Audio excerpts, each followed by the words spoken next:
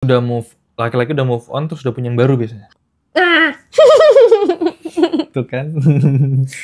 kayak Tapi nggak apa-apa kan? nggak apa-apa. Nggak apa-apa ya. Ini sharing ya teman. Cuman jadi tuh kan kayak kepancing ya. iya kepancing. kayak terbawa. Cewek gue udah jatuh hati. Cuman yang aku highlight itu sebenarnya selain interaksinya adalah apakah laki-laki ini tuh suka dalam tanda kutip main gitu. Assalamualaikum warahmatullahi wabarakatuh. Waalaikumsalam warahmatullahi wabarakatuh. Lanjut nih. Part 2 nih. Kalian Tunggu. Emang kalian nungguin? Oke lah, kita lanjut lagi ya. Iya. By the way, aku tuh pengen tahu deh yang kebanyakan nonton tuh cewek apa cowok sih? Kepo aja. Jangan-jangan kita bongkar laki-laki dan perempuan. Yang banyak nonton perempuan semua. Iya. Laki-laki mana ini? Kalian nggak kepo ya? Iya. Ya sudah. Ya udah kita lanjut ya. Kita lanjut ya. Kita mau bongkar lagi tentang isi kepala perempuan. Langsung nih ya. Langsung. Ini banyak yang bilang di question box atau kayak di komen di IG, komen di YouTube itu nanyain tentang move on. Wow. Move on. Susah move on atau ada yang pernah bilang nyesel. Jadi ya karena dia nyesel ya otomatis mungkin jadi makin susah move on. What do you think? Tentang move on atau iya bagaimana pandangan tentang move on sebagai perempuan? Emang susah ya? Susah. Move on tuh susah sebenarnya buat perempuan karena kalau kayak kemarin kita bahas kan perempuan kan dominannya perasaan. Jadi tuh once dia tuh sayang sama orang gitu, itu susah untuk melupakannya gitu. Memang betul.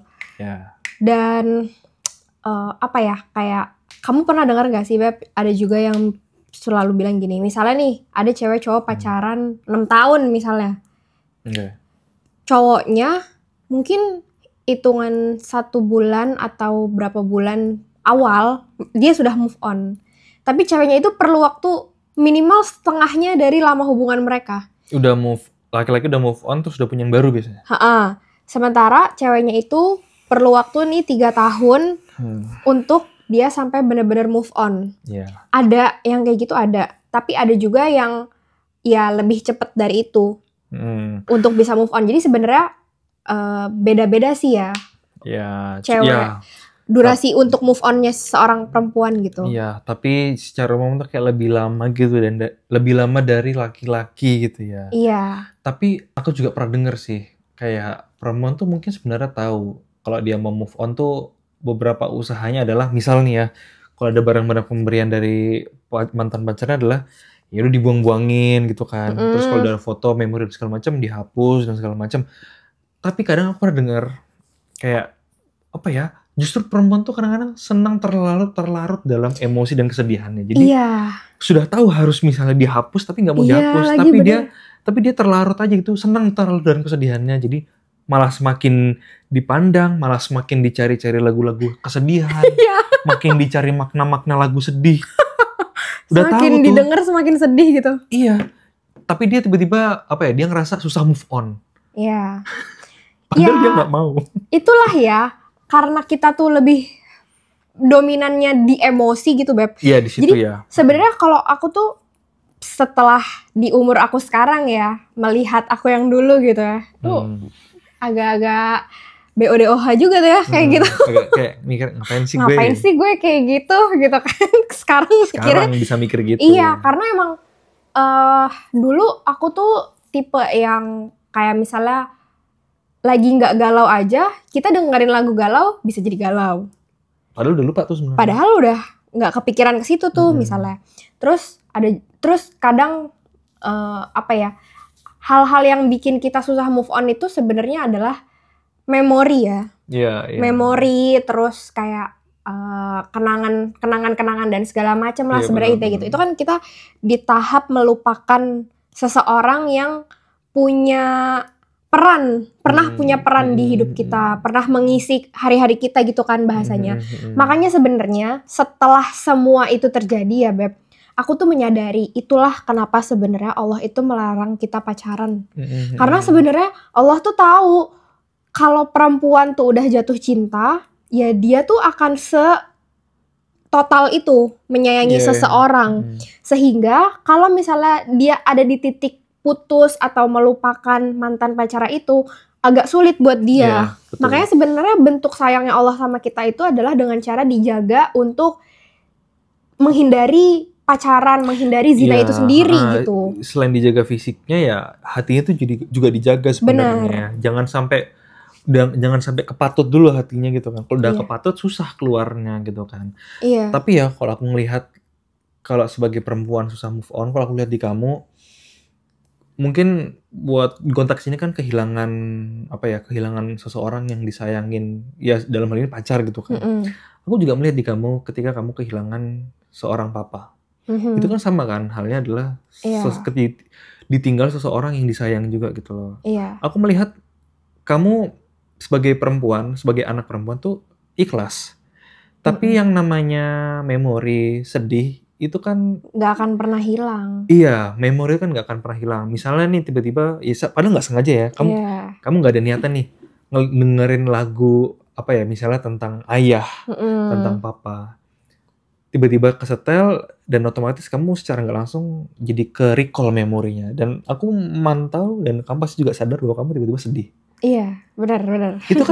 Itu ikhlas. Kamu sudah ikhlas, tapi yang namanya sedih kan itu ya wajar ya. Namanya juga sedih itu kan sesuatu yang wajar gitu loh. Jadi itu ya namanya perasaan. Move on itu sebenarnya mungkin bisa datang dan pergi ya, perasaan itu. Benar. Tapi bagaimana setelah kita setelah kita didatangkan kejadian itu, bagaimana respon kita setelah itu kan ya? Karena nggak tahu sih, mungkin banyak yang nangkep tuh kita berdua dulu tuh nggak pernah pacaran sama sekali.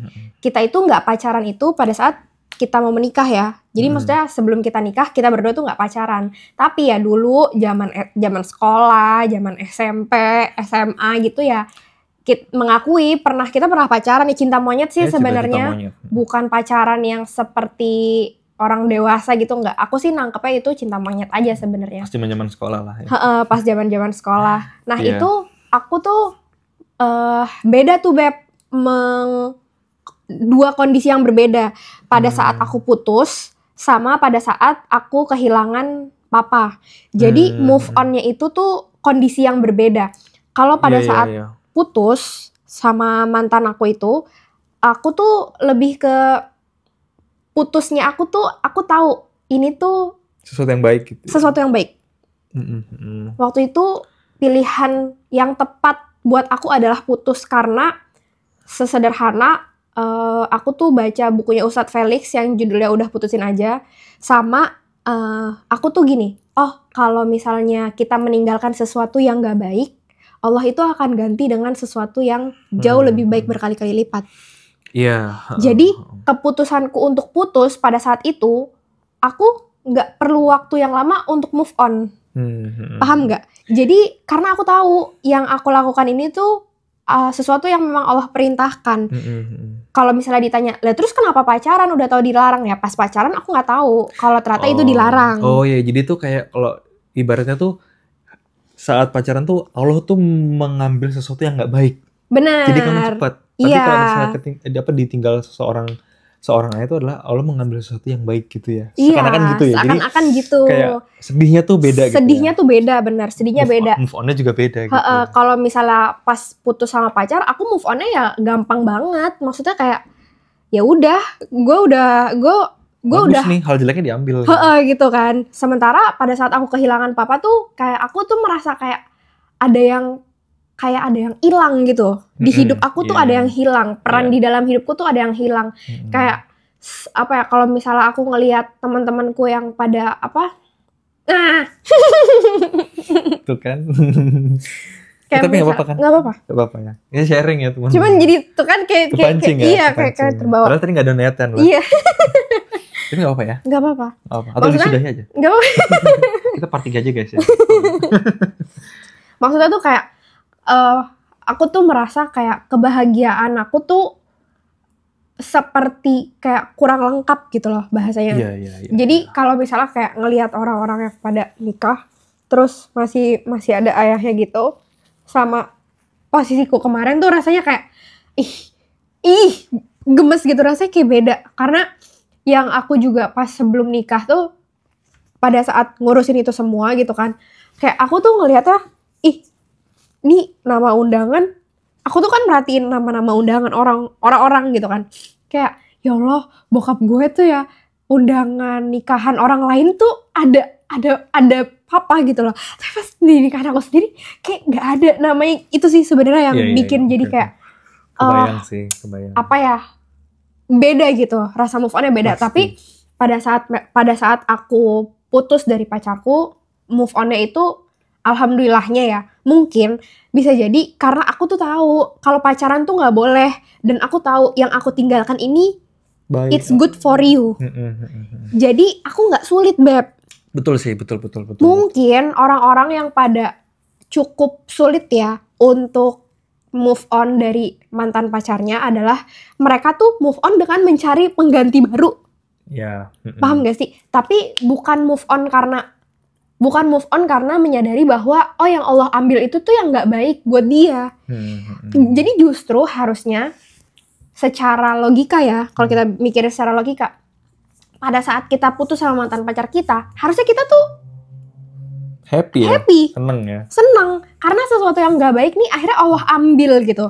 Walaupun mungkin untuk secara perasaan mungkin akan butuh waktu lebih lama. Benar. Tapi secara akal dan logika tuh kita udah tahu dulu yang kita tinggalin tuh nggak baik gitu kan. Iya, gitu. Jadi kayak kelihatan juga nggak sih betapa repotnya ya. Awas Beb nih, keras. Betapa repotnya ya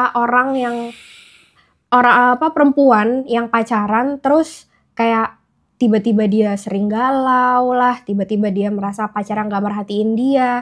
Coba deh lepas dari hal itu, enak, lega gitu rasanya. Benar. Karena aku ngalamin kayak gitu kan, kayak aku tuh tiba-tiba suka ngerasa mungkin kayak gak diperhatiin, terus tiba-tiba ngerasa kayak misalnya nih kita berantem, tapi yang bikin salah dia, masa aku yang minta maaf? Iya. Kayak lah, apaan sih ini orang? Dan itu kan berat kayak gitu. Dan kita merasa ya karena kita sayang, jadi kayak yaudahlah aku aja yang minta maaf. Itu kan jadinya kayak bodoh banget ya gue. Sebenarnya malah gue yang bukan gue yang bikin salah, malah gue doang nih yang minta maaf, dianya enggak gitu loh. Itu sebenarnya berpotensi akan menjadi dimanfaatkan sebenarnya sama pacarnya. Jadi nih laki-laki bisa jadi akan mempunyai pemikiran seperti ini. Cewek gue udah jatuh hati, cewek gue udah nyangkut perasaannya, jadi gampang diancem dikelabui gitu dikelabui, bisa gue ancem dan segala macam. Pokoknya apapun kondisinya dia udah nurut sama gue pasti karena dia sayang sama gue. Tapi Beb, dulu kamu waktu pacaran, kamu putus nih, kamu lama nggak move on-nya? Enggak, bener nggak lama. Dan aku dulu pas zaman pacaran, ketika aku putus ya sudah, otakku adalah ya udah cari lagi yang lain gitu doang. That's it. Dan itu juga terjadi di teman-temanku. Sampai temanku perempuan nanya, guys, kenapa sih aku habis putus sama ini, dia kok udah sama yang lain? Terus dia kayak seakan-akan pamerin gitu loh ke aku. Gitu laki-laki. Karena aku pernah baca juga gini, katanya cewek cowok itu kalau udah putus nih, cewek itu mungkin move on-nya lama, cowok cepet, tapi cowok tuh cepet di awal gitu. Setelah itu katanya nih dia tuh merasa kayak kehilangan, dia baru menyadari kalau ada yang hilang nih dari dirinya dia, pasangan dia yang kemarin tuh udah nggak ada gitu. Itu bener gak sih? Katanya begitu. Tapi menurut aku itu tergantung siapa pacar berikutnya dan bagaimana pacar berikutnya. Kalau pacar berikutnya nggak sebaik pacar sebelumnya, maka dia akan menyesal. Tapi kalau pacarnya dia rasa itu lebih baik, dia nggak ada ngerasa menyesal. Oh gitu. Ya kan, kayak misalnya punya jeruk nih. Tadi aku mau makan jeruk nih. Belum gue buka ambean. Punya jeruk nih, nggak suka sama jeruk ini. Akhirnya belum habis ditinggalin. Cari jeruk yang lain, punya ini misalnya. Ternyata pas kamu coba jeruk ini nggak seenak yang awal, maka kamu nyesel. Harusnya nih aku harusnya makan yang awal. Yang ini dulu aja. Ini ternyata nggak seenak yang sebelumnya. Jadi seakan-akan kayak gitu loh. Oh, I see. Oke. Kalau dulu tuh, kalau nggak salah ibaratnya Ustadz Felix, kalau nggak salah ya, kayak kita tuh beli mangga gitu loh. Beli mangga, udah ada yang kebuka kan. Udah ada yang kebuka, kita cobain. Oke. Coba lagi deh, cari yang lebih manis lagi gitu loh, Beb. Cari lebih manis lagi, kurang. Ternyata lebih enak yang awal. Jadi kayak bisa bolak-balik gitu loh. Nah, itu kan tergantung sebelumnya dan setelahnya. I see. Oke, paham. Gitu. Oh gitu. Ya gitu sih kalau perempuan tuh ya move on-nya gitu. Jadi mungkin yang bisa aku kasih sedikit pengalaman ya, pelajaran dari pengalaman aku sebelumnya adalah kalau misalnya justru teman-teman putus sekarang, berbahagialah teman-teman. Karena yang Allah ambil itu adalah sesuatu yang nggak baik. Iya, betul. Dan kita selalu usahain kalau kita tuh berpikir sesuatu itu kita utamain logika dulu. Baru perasaan. Kadang kita udah tahu logikanya, tapi mungkin perasaan butuh waktu. Tapi yang penting udah bener dulu logika dan akalnya gitu loh. Iya, soal perasaan tuh belakangan dia bisa menyesuaikan kok sama keadaan kita. Gitu. Gitu sih. Oke. Terus ini juga Beb. Banyak pertanyaan dari Instagram juga sama YouTube. Itu gimana pandangan kamu atau pandangan kita tentang cowok red flags? Red flag. Itu banyak banget ditanyain asli. Gimana sih? Kayak misalnya cowok red flags tuh mungkin kayak cowok yang sebaiknya dihindari gitu ya, atau yang kayak udah tetot, udah jelas, udah no. Udah jelas tetot ya. Apa Beb menurutmu Beb cowok red flags? Tanda-tanda ya berarti ya. Tanda-tanda. Ciri-ciri ya. Ciri-ciri cowok red flags itu sebenarnya bisa kita cek pada saat kita berproses ta'aruf sendiri. Pada saat kita tabayun atau pada saat kita background check. Berkenalan ya. Ke calon pasangan kita ini. Misalnya apa? Kita bisa tanya, kita bukan nanya sama calon pasangan kita mungkin ya, tapi kita nanya sama orang yang terdekatnya, orang yang mungkin hampir setiap hari ketemu, yang paling mengenal dia ya. Paling mengenal, cukup paham bagaimana orang ini, tanya, si Fulan nih kalau marah gimana ya dia gitu. Berarti regulasi emosinya bagaimana ya? Bagaimana dia itu benar meregulasi emosinya, bagaimana dia mengendalikan hawa nafsunya, emosi dan sebagainya, itu kan sebenarnya bagian dari hawa nafsu ya. Yang kalau misalnya kita biarin tuh sebenarnya serem juga loh Beb. Kalau kita biarin tanpa kita kontrol. Makanya kita harus tanya bagaimana. Terus kayak misalnya dia tuh sehari-hari bicaranya seperti apa sih? Kasar kah? Atau standar aja? Terus apakah si Fulan ini orang yang temperamen atau enggak? Yang misalnya ketemu apa dikit jadi cepet marah, gampang marah. Apa sih? Darah tinggi ya istilahnya? Sensitif ya. Sensitif gitu. Apa ya? Sensitif mungkin tapi yang ini ya, maksudnya yang eksesif gitu ya. Maksudnya responnya tuh terlalu berlebihan gitu. Jadi sebenarnya, dan itu menurut aku mungkin sebenarnya bisa sih untuk dicari tahu ya. Karena kan ya bagaimana dia kalau misalnya punya masalah sama keluarganya, sama saudaranya, sama teman-temannya, ya kan pasti pernah lah mengalami ada masalah dan cekcok segala macam. Gitu.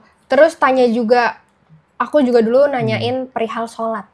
Sholatnya gimana? Si Fulan ini sholatnya gimana? Karena aku selalu punya mindset bahwa sholat itu bare minimum kita loh sebagai umat Islam yang harus kita laksanakan sehari 5 kali tanpa tapi. Jadi itu kewajiban yang memang sudah Allah tuliskan gitu loh di dalam Al-Quran. Dan kalau kita ninggalin sholat kan ada hukumannya. Aku tuh cuman berpikir gini, kalau aja sholat yang diperintahin sama Allah bisa dia tinggalin, apalagi gue, apalagi kita. Iya. Karena kan sholat itu kan kalau analogi kan sebagai tiang ya. Tiang. Kayak mau lu sebejat apapun, lu mau semaksiat apapun, tetap dijaga nggak sih ini tiangnya ini? Iya. Gitu loh. Karena kan justru kenapa sholat itu sebagai tiang? Ya justru mungkin kalau misalnya kita masih banyak maksiat, tapi kita juga sholat, barangkali dengan sholat ini berkurang maksiatnya. Jadi ya bener aku setuju, perlu dicek juga sih. Terus yang juga red flag tadi tuh udah berapa tuh ya, berarti temperamen, terus ya itu ya teman-teman yang tadi ya, nggak usah aku sebutin lagi deh.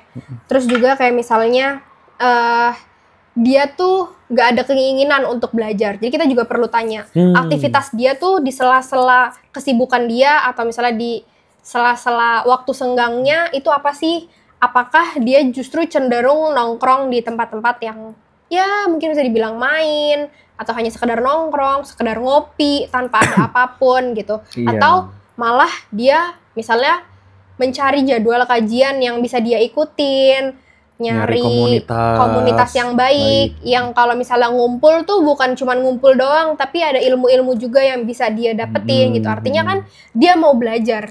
Iya, benar. Sedangkan orang yang sudah terbiasa tidak mau belajar dengan hal itu, ya akan susah diajak untuk belajar bareng, punya pemahaman yang sama. Iya, karena kenapa? Pasangan itu ya, kalau pemahamannya udah beda, itu gesekannya cenderung lebih besar daripada pasangan yang pemahamannya sudah sama. Iya benar, itu karena kan mempengaruhi visi juga sebenarnya. Iya. Karena visinya beda, sehingga misi itu kan bagaimana kita mencapai visi kan. Karena visi beda, misinya juga bisa jadi beda gitu loh. Iya. Paling gampang bagaimana kita komunikasi sama anak, kalau visinya udah beda sulit. Iya. Nggak matching jadinya. Benar. Yang pemahamannya sama aja, kadang masih ada gesekan. Apalagi orang yang pemahamannya nggak sama gitu kan. Pasti lebih sulit gitu. Sulit sih. Visi emang sepenting itu. Terus tanya juga, dia tuh suka bohong nggak sih? Karena bohong itu ya, orang nih kalau udah kebiasa bohong, dia tuh akan bohong lagi untuk menutupi kebohongan sebelumnya. Sehingga itu kayak bola salju gitu loh, lama-lama awalnya kecil mungkin, tapi lama-lama jadi besar. Sementara kan kita siapa sih yang mau dibohongi? Nggak ada kita yang mau dibohongi. Orang yang bohong sendiri pun nggak mau pasti dia dibohongi. Tapi karena itu udah menjadi habits, ya jadi dia suka bohong gitu.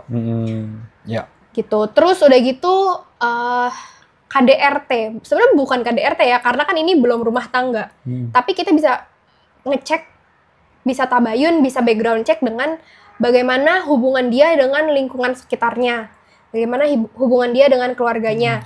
Bagaimana cara dia meregulasi emosinya pada saat dia ada masalah. Iya, mungkin secara umumnya ada nggak sih dia keterlibatan fisik gitu ya dalam mengatasi masalah gitu, mungkin ya sebagai indikator mungkin. Apakah bahasanya kalau kena masalah tuh dia langsung berantem, langsung nonjok misalnya gitu, emosi kayak gitu, atau pada saat dia ada masalah dia memilih untuk diam dulu, tenang dulu, begitu sudah reda semuanya baru dia bicarakan dengan siapapun ya, dengan orang tua, dengan teman gitu, karena kan kita tidak ada pacaran kan, jadi bukan yang pacaran nih. Alhamdulillah. maksudnya itu bukan hal yang bukan dengan pacarnya gitu loh Beb, ini kan ya setelah ya pokoknya. Terus juga yang perlu ditanyain adalah dia tuh bagaimana hubungan dia dengan lawan jenis. Ya, ini juga yang banyak dialami sama mungkin orang-orang yang belum menikah.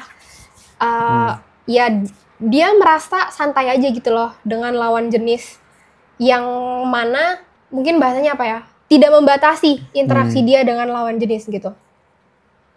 Jadi nah itu sebenarnya kembali ke teman-teman ya. Mungkin bisa dibilang ada juga cowok yang friendly dalam tanda kutip ya. Jadi dia mau ke cewek, mau ke cowok tuh ya kayak sama aja gitu.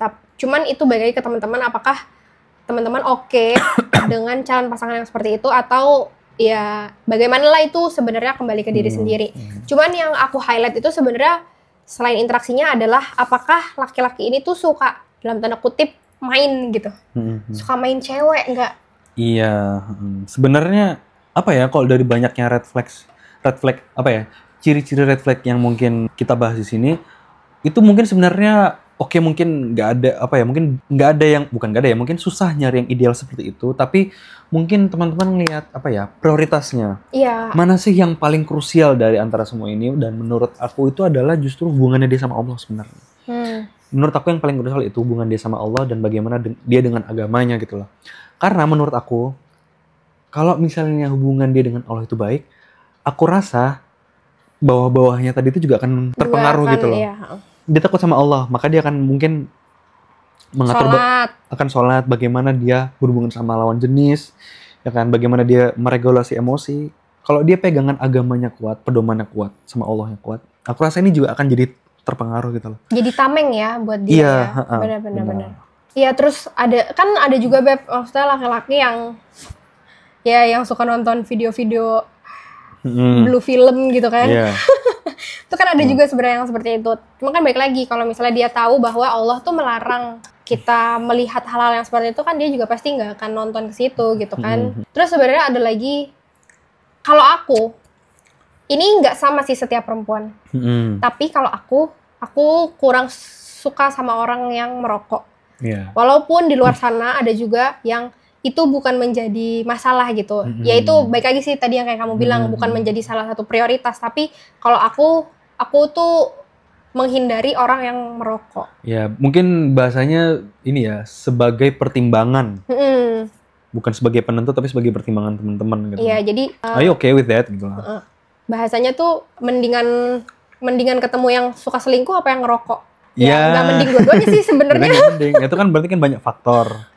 Nah, dari semua faktor itu ya teman-teman jadi apa ya? Jadi bahan pertimbangan sebayar matang gitu loh keputusannya. Gitu kan. Ya itu juga sebenarnya yang mungkin bisa dilakukan dari pihak laki-laki itu sendiri ya, untuk jangan memulai merokok itu sendiri ya, Beb. Benar-benar, karena ya nggak cuma perempuan yang harus menghindari gitu loh. Bukan cuma perempuan yang harus mempertimbangkan hal-hal ini gitu loh. Tapi laki-laki juga, oke, dia tahu mungkin dia salah. Atau mungkin ada hal-hal atau kebiasaan yang mungkin kurang tepat. Apa ikhtiarnya gitu loh dari sisi laki-laki gitu loh. Karena ya kalau ngomongin merokok, sangat egois sekali menurut aku sebagai laki-laki juga, yang kalau dia ngerasa merokok itu dirinya doang kok yang kena gitu. Ini gue doang. Gue juga kalau ngerokok di luar gitu kan. Tapi kan pada faktanya ya asap rokok itu kan nempel dan akan tetap mempengaruhi sekitarnya gitu loh. Lo ngerokok di luar, tapi ketika lo masuk, ya rokok itu kan tetap tercium gitu loh, karena dia nempel. Tercium oleh pasangannya, tercium oleh anak-anaknya gitu loh. Sekalipun ya dia ngerasa itu nggak mempengaruhi yang lain-lain. Jadi menurut aku sih, buat aku pribadi itu egois. Iya. Buat aku ya. Buat aku sih juga gitu sih, sama. Makanya aku kurang begitu suka sama orang yang merokok. Dan yang terakhir adalah, apakah laki-laki itu pemalas atau tidak? Oke, seperti apa, gimana maksudnya? Kayak misalnya gini, pemalas tuh, maksudnya hari-harinya dia tuh kayak didominasi dengan rebahan, atau scroll sosmed aja, tanpa melakukan apapun aktivitas yang menjadi tanggung jawabnya dia. Walaupun misalnya nih, teman-teman laki-laki belum menikah, tapi kan kita tuh tinggal serumah dengan orang tua. Setidaknya tuh ada lah peran kita membantu orang tua kita yang udah bangun dari pagi gitu ya. Apa kayak misalnya nganterin ke pasar misalnya, atau bantu beres-beres rumah, atau bantu nyiram tanaman. Sesederhana kayak gitu sih sebenarnya. Ini ya, inisiatif gitu loh untuk melakukan sesuatu. Benar. Karena aku juga pernah dengar, Beb. Ada mungkin orang-orang yang, terutama suami ya, dia ngerasa mungkin ekonominya tercukupi, dengan bagaimana caranya, tapi dia ngerasa ekonominya tercukupi, jadi dia malas-malasan. Ada juga yang suami istri bekerja, tapi karena dia ngerasa dari istri aja tuh udah cukup untuk menghidupi keluarganya, sehingga suaminya merasa nggak perlu kerja. Iya. Malah lebih parahnya lagi, ada yang aku pernah dengar banget barusan ini beberapa hari lalu, istrinya tuh TKW ya, kerja, ya TKI ya. Jadi istrinya tuh ngirimin terus uangnya ke keluarganya, tapi ternyata dipakai yang hal-hal yang negatif sama suaminya. Udah lah nggak kerja, dipakai sesuatu yang negatif. Gimana, sakit nggak sih itu kan? Itu kan, waduh, ya red flag lah gitu loh. Jadi walaupun kita juga mungkin pernah bahas, sekalipun dua-duanya bekerja dan istri misalnya penghasilannya secara angka lebih besar, itu bukan berarti tolak ukur bahwa kita nggak bekerja gitu loh sebagai suami. Suami juga mau seberapapun pendapatan istri, itu kan punya dia. Kita kan juga tetap punya kewajiban untuk mencari nafkah gitu loh. Ya nggak sih? Untuk memenuhi kebutuhan keluarga dan isi rumah gitu ya. Yang dilihat kan ikhtiarnya kan, bukan angkanya. Iya, betul. Apa yang tadi kita sebutin, itu sebenarnya kan ciri-ciri yang laki-laki secara umum ya. Baik dia sudah menjadi suami atau belum. Sekarang pertanyaannya, kalau masih belum jadi suami ya kita masih aman. Tapi pertanyaannya nih, kalau misalnya udah menjadi suami, menurutmu apa sih yang harus dilakukan sama perempuan? Apakah kita kan gerah ya, maksudnya kalau berjibaku dengan hal yang kayak gitu terus seperti itu kan kita lama-lama ngedek juga gitu loh. Nah, misalnya menurut kamu apa sih yang harus dilakuin kalau misalnya udah terlanjur nih ketemu dengan orang yang kayak gitu? Menurut aku ya, pertama kan kita berangkat dari ciri-ciri cowok red flag-nya itu ya. Itu ya, itu kan bukan berarti sebagai semuanya jadi bahan keputusan ya buat apa ya. Oke, kalau misalnya ada salah satu dari ciri-ciri ini kita fix no gitu kan. Tapi menurut aku menyikapinya adalah ini sebagai bahan pertimbangan gitu. Udah tahu nih, oke, ini enggak, tapi ada satu gitu. Nah, ada satu yang ternyata misalnya dia merokok. Nah, oke, tapi dia lainnya baik gitu. Lainnya baik. Nah, kira-kira perlu kita pertimbangin nggak ya ngerokok ini? Maksudnya ini hal yang perlu kita kompromiin nggak ya? Gitu. Nah, itu kan jadi bahan pertimbangan dan kita juga nggak bisa memutuskan. Kalau misalnya teman-teman dapetnya kayak gini, jangan ya. Nah, kita juga nggak bisa kayak gitu kan. Iya. Semuanya kan tergantung kondisi gitu loh. Nah, tapi kalau misalnya nih ada beberapa ciri-ciri yang mungkin teman-teman baru tahu ketika sudah berumah tangga gitu kan. Karena mungkin sulit kita mencari tahu semuanya ketika misalnya sebelum nikah.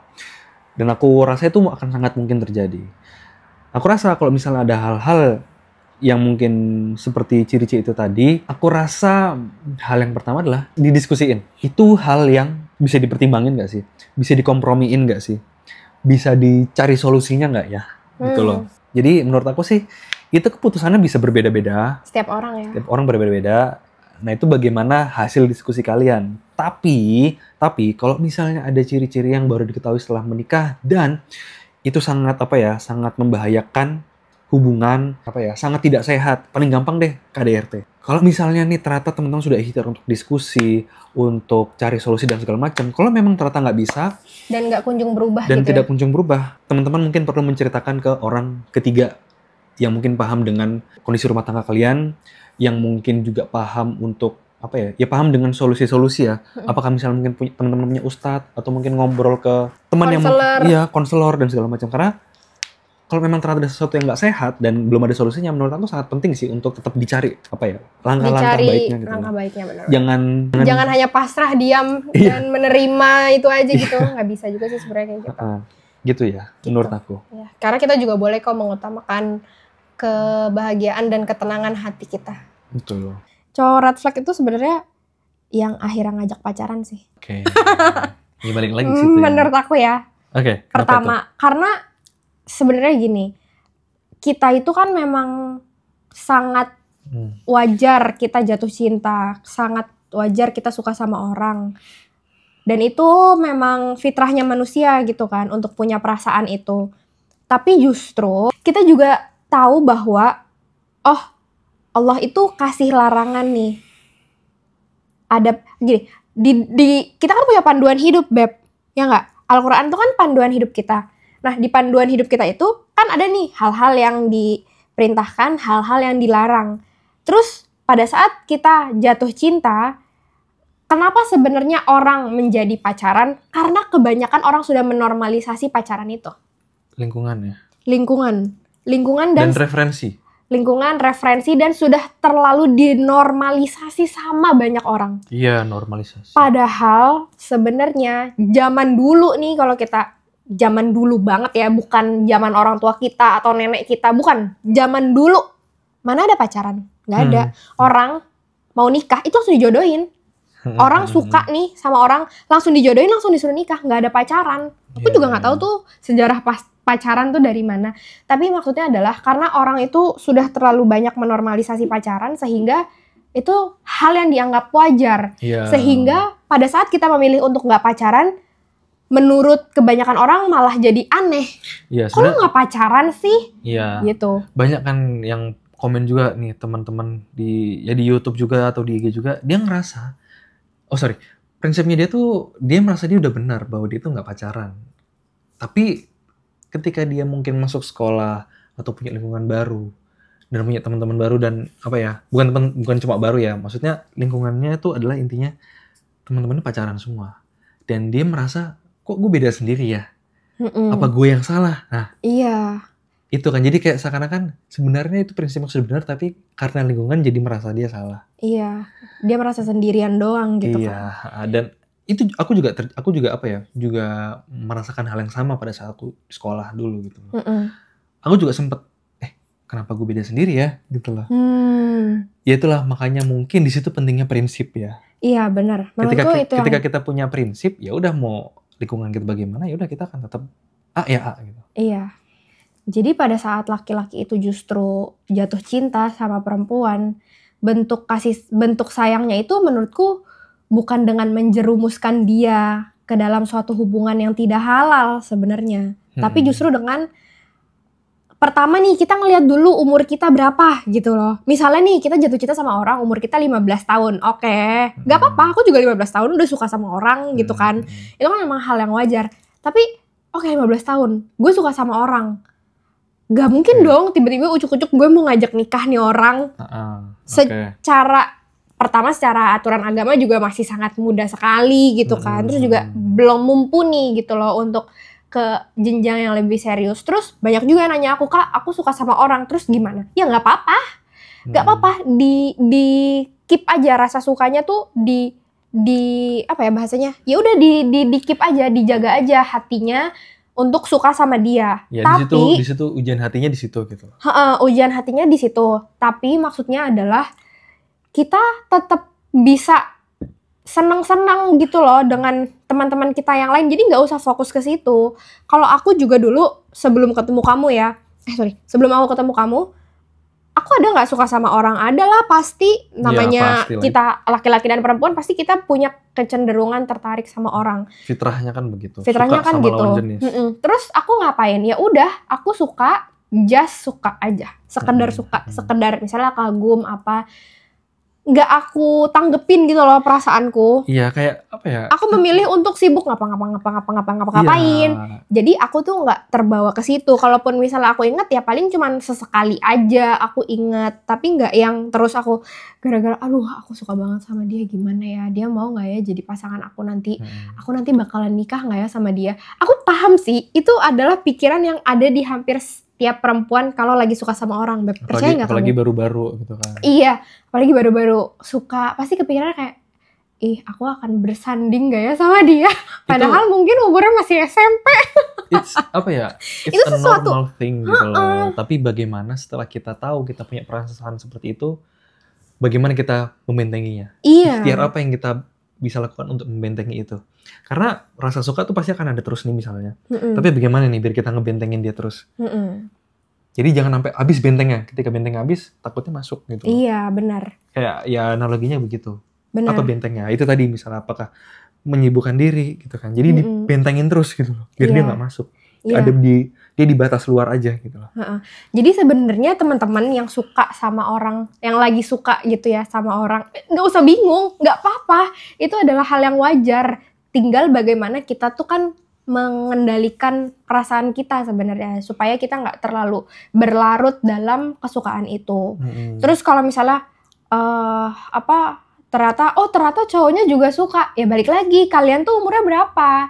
Apakah kalian memang sudah siap mengarah ke jenjang yang lebih serius?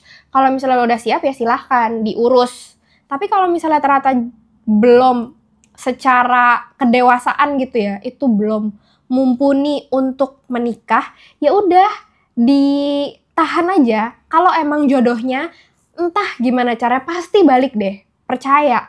Tapi kalau memang ternyata itu bukan jodohnya, mau dikekep 10 tahun juga bakalan lepas. Aku punya teman SMP, temanku nih cewek.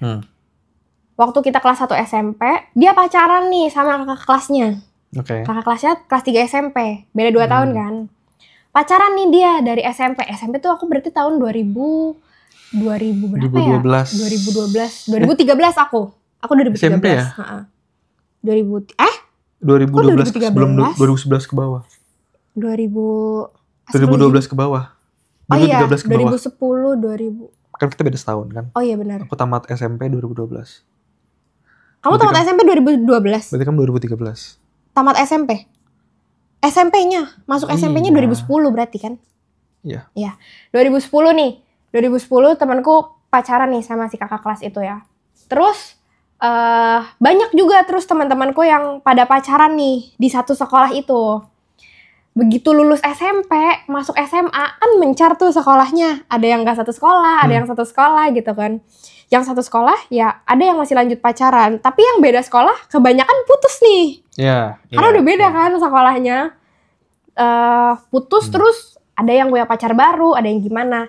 Nah dia ini yang pacaran sama kakak kelas masih pacaran nih. Tapi itu satu sekolah dia? Nggak satu sekolah.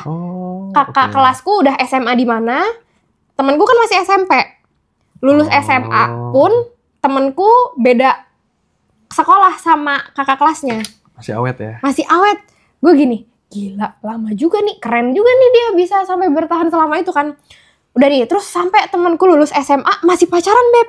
Masih pacaran. Padahal nggak satu sekolah. Nggak satu sekolah. Berapa tahun tuh berarti? 3, 6 tahun ya. 6 tahun tuh pokoknya pacaran. Wah gila masih pacaran. Terus kita tuh, aku tuh sama geng aku mantengin gitu kan. Kayak, ini bakalan putus sama bakalan kawin ya gitu kan. Jalan 7 tahun, 8 tahun, 9 tahun. Lama juga. Gila lama juga. Dari SMP, Beb, gimana nggak lama? Jarang lo pacaran selama itu. Iya, terus udah gitu, wah kayaknya dia kawin sih nih. Kayaknya kawin nih, bentar lagi udah mau 10 tahun kan, pikir kita gitu. Terus kan dia setiap anniversary di post kan. Jadi kan kita kayak ngikutin juga gitu. 9 tahun, 10 tahun, tank gitu kan. Wah udah 10 tahun, gila. 10 tahun itu berarti umur kita tuh 2010 berarti 2020. 20 iya sorry. Sekitar 2020 atau 2021 lah pokoknya udah 2021. Udah 2020 ke atas. Nah tiba-tiba pas COVID Beb putus. Waduh. Pas COVID apa setelah COVID gitu deh. Aku gak tahu apa. Setelah 10 tahun nih pokoknya putus kan. Kamu tahu gimana? Udah gak ada postingannya. Udah dihapus semua. Biasanya tanda-tandanya iya kan tanda-tandanya kayak gitu kan. Gampang kalau punya sosmed sekarang. Kalau dia udah putus berarti konten apa? Postingan fotonya dihapus. Sama cowoknya udah gak ada. Terus udah gitu, putus. Terus rame kan grup aku. Sini putus sama ini. Wah gila. Gue pikir diomongin temennya. Gue pikir gila. Gue pikir bakalan sampai nikah. Udah 10 tahun deh pacaran. Ya masa gak nikah? Pikir kita kan. 10 tahun cuy. Udah 10 tahun cuy. Sabar. Terus udah gitu tiba-tiba nih. Gak lama deh pokoknya sekitar berapa bulan. Mungkin hitungan 6 bulan kali ya. Setelah kita tahu pertama kali mereka putus. Si cowok punya cewek baru. Wah cepet banget coy. Terus heboh lagi kita kan. Gila 10 tahun pacaran. Tiba-tiba sekarang punya cewek baru. Itu 10 tahun kemarin apaan tuh gitu kan. Gak lama tuh jenjangnya dari putus sampai punya cowok baru ya. Gak lama. Saya punya pacar baru tuh gak lama. Valid. Terus kayak, punya pacar baru. Aduh gimana ya, kita kan jadi kayak, gimana ya perasaannya si ini, kasihan banget deh dia. Sementara temanku yang cewek belum punya pacar nih waktu itu. Nah terus tahu nggak, tiba-tiba gak lama juga Beb, gak lama setelah si cowok post punya cewek baru, temanku yang cewek ini punya cowok baru. Dan akhirnya mereka menikah dengan orang yang berbeda. Bukan dengan orang yang mereka pacaran selama 10 tahun itu. Jadi paham gak sih teman-teman? Dalam waktu yang sebentar tuh padahal ya. Iya. Paham gak sih? Maksudnya tuh kita tuh emang gak bisa menjamin apapun perihal jodoh atau pasangan kita. Iya kalau udah bukan jodoh. Kalau bukan jodoh itu 10 tahun loh Beb. Jagain jodoh orang dua-duanya. Iya. Ya kan? Kayak ya udah. Abis itu mereka menikah dengan 2 orang yang berbeda. Sekarang si istrinya lagi hamil, temanku juga lagi hamil. Ya udah. Bener-bener cerita yang bikin valid bahwa ya udah kalau takdir Allah bukan itu, ya udah bakal ada aja cara untuk dipisahin. Iya. Jadi 10 tahun tuh bahasanya mau lu keep sia-sia. Mau di-keep beberapa tahun juga, ya udah dipisahin. Ternyata dalam waktu sebentar. Kalau zaman sekarang itu nggak tahu ya kenapa cowok yang ngebales chatnya lama juga dikategorikan sebagai cowok yang red flag. Aku nggak ngerti banget kenapa itu kayak gitu. Karena ya mungkin itulah ya dukanya pacaran tuh kebanyakan kan emang kayak ngabisin waktu aja sih sebenarnya menurutku. Ini ya sebenarnya kan kalau ngebalas chat lama atau enggak itu kan kayak gini loh Beb, si cewek itu merasa ceweknya itu tidak menjadi prioritas dia gitu seolah-olah. Iya, ada yang berpikiran seperti itu dan mungkin menurut aku juga mungkin belum tahu realitanya seperti apa sih. Misal, kan banyak kan kondisi misalnya cowok udah buka chatnya, udah menjawab tapi tiba-tiba ada sesuatu yang urgent misalnya. Mungkin dia buka kayak aku misalnya di kampus gitu ya, aku udah buka tapi misalnya tiba-tiba aku dapat giliran untuk misalnya untuk presentasi atau misalnya untuk pas lagi diskusi tiba-tiba. Kan banyak case-case seperti itu. Ya aku yakin teman juga lah punya case-case seperti itu. Ya mungkin teman-teman sudah mau niat nih, udah buka, udah mau balas tapi kayak misalnya tiba-tiba dipanggil siapa atau misalnya harus ngapain kayak di public transport atau Apa kayak tiba-tiba di kerjaan. Iya benar. Ya, itu kan sebenarnya apa ya? Buat aku sih kedewasaan sebenarnya. Iya. Bagaimana kita memberikan apa ya? Memberikan sikap husnuzon, prasangka yang baik bahwa itu semua bisa terjadi gitu loh. Oh mungkin kalau misalnya aku udah sama kamu ya misalnya, oh mungkin istriku masakannya udah matang kali, lagi nganin dulu, atau misalnya dia tiba-tiba lagi kebelet, lagi di toilet atau apa. Iya dan segala macam itu kan banyak hal-hal yang bisa begitu. Jadi iya. Ya itu apa ya? Jadi cowok red flag itu kalau aku tuh ngeliatnya muncul karena fenomena pacaran. Kalau misalnya fenomena pacaran itu nggak ada, menurutku mungkin nggak serame itu ya cowok dikategorikan sebagai cowok red flag. Karena yang kayak tadi ya, misalnya chatnya lama dibalesnya, atau misalnya cowoknya lebih milih nongkrong sama teman-temannya daripada nemenin ceweknya.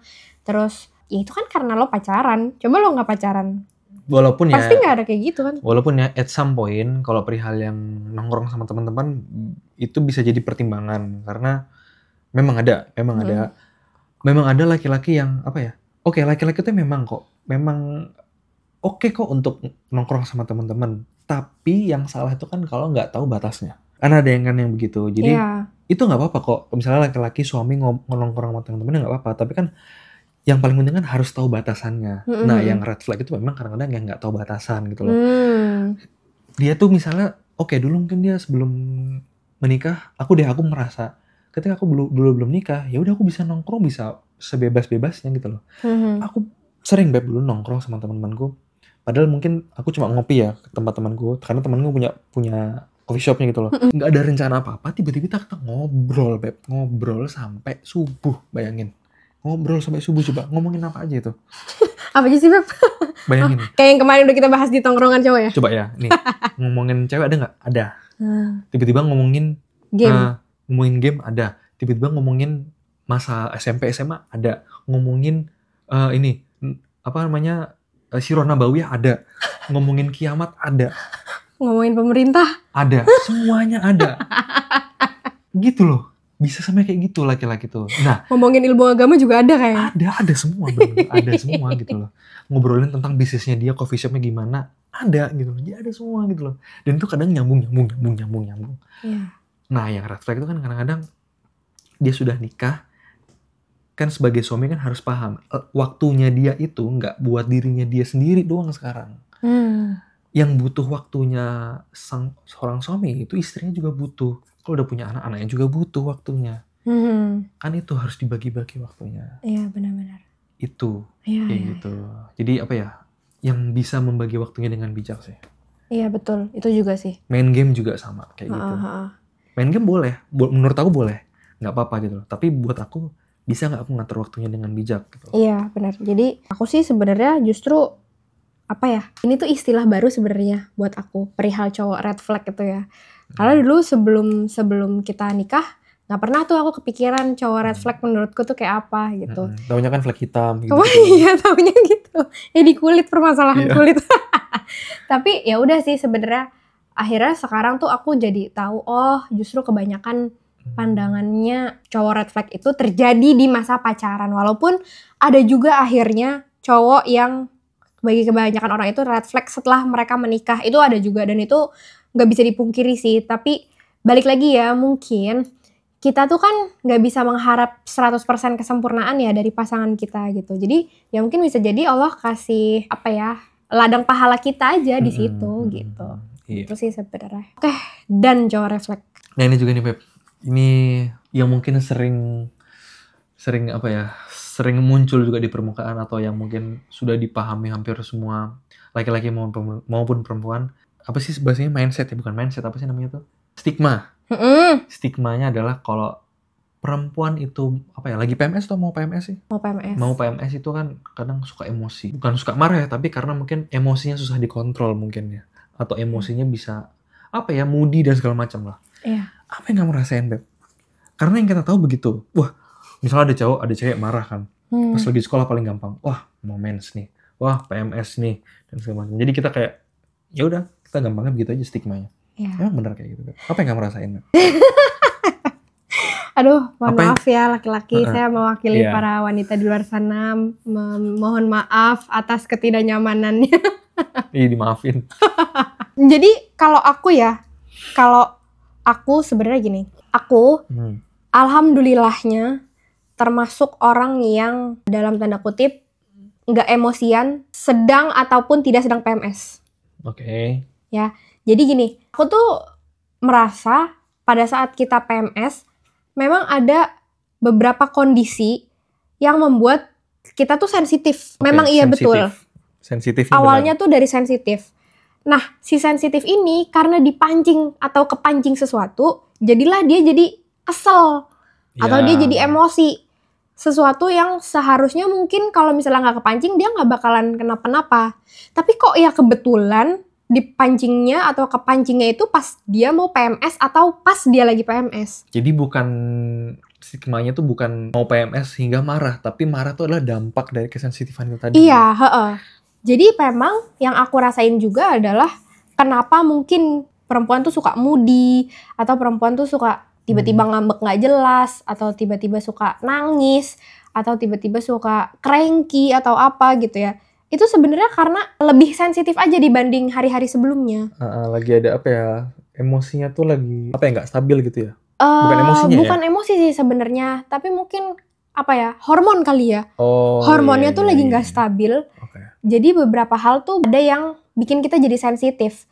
Tapi aku merasa gini, di usiaku sekarang, aku tuh merasa, oh benar, mens itu atau PMS itu somehow membuat kita jadi lebih sensitif.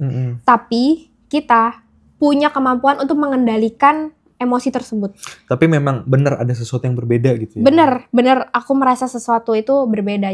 Tapi di saat yang bersamaan, kita tuh punya kemampuan untuk meregulasi emosi kita pada saat kita PMS. Misalnya gimana? Misalnya gini.